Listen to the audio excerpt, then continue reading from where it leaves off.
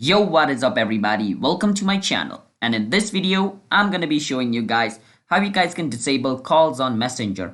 So it's pretty simple, but for this you need to go to your desktop version of Facebook Messenger. All right, it's not going to work on your phone version. I don't know why Facebook hasn't introduced to your phone, but on your Facebook desktop it's going to work.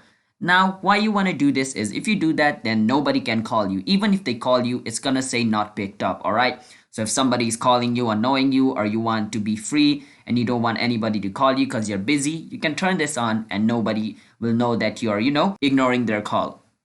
So it's pretty simple. Once you're on your Facebook on your desktop, you want to click on this messenger icon over here and you want to click on this three dot. And once you click on this three dot, you can click on where it says incoming call. You want to turn it off.